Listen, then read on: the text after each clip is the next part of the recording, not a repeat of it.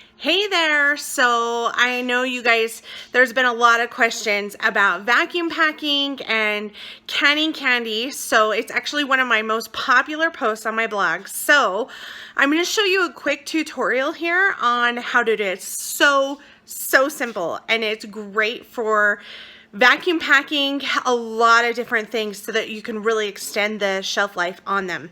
So this is what we'll be vacuum packing: candy.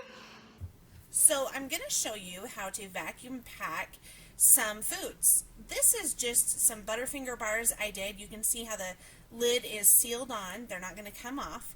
And so you can do this with a lot of different things. I'm going to show you what you need.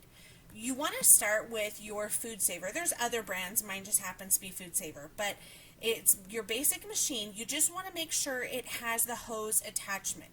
So there's a little hole there in the top where you can plug in your hose. This hose, sometimes they come with the food machines, the Food Savers, and sometimes you have to order them separate, but they're not too hard to get if it didn't come with your machine.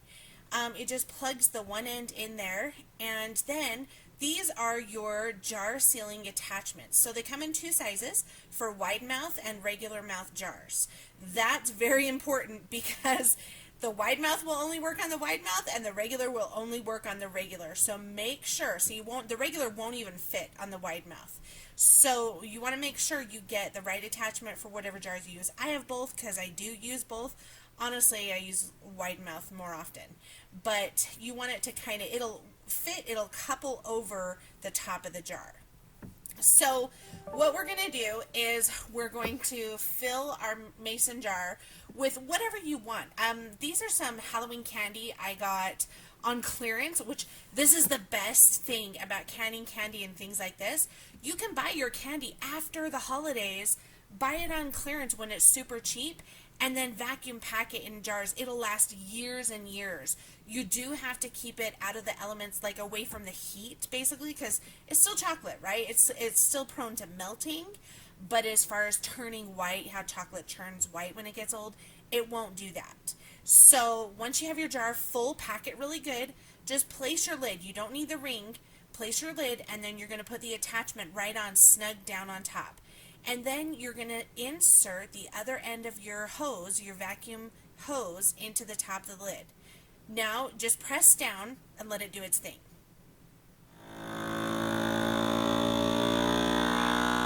Usually just takes a couple of seconds to vacuum, and the green light will come on your machine, at least it does on mine, telling you that it's vacuumed, it's sealed.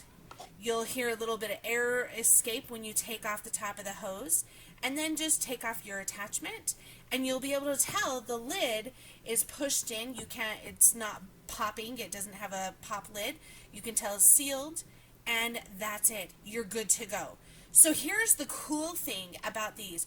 You can actually reuse your lids. So normal canning, once you use your lid, it's done, right? Because you heat up, you boil it, and you seal it.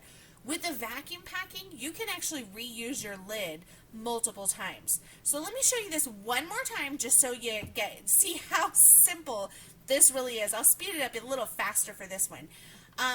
You want to shake them in there. It really doesn't matter how packed they are, because the vacuum is going to suck out any extra air regardless. So even if this is half full, it still will vacuum seal it.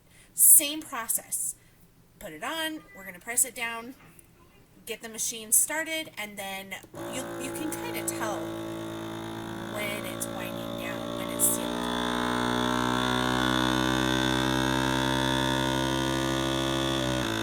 Okay, and there's my green light. So pull off the top, you get a little bit of a air release, and it's sealed. That's it. It is so easy. This is perfect for chocolate chips, for nuts. You can do a lot of things in vacuum packing, vacuum sealing this way. Thanks for watching. Please like and subscribe and check out our blog.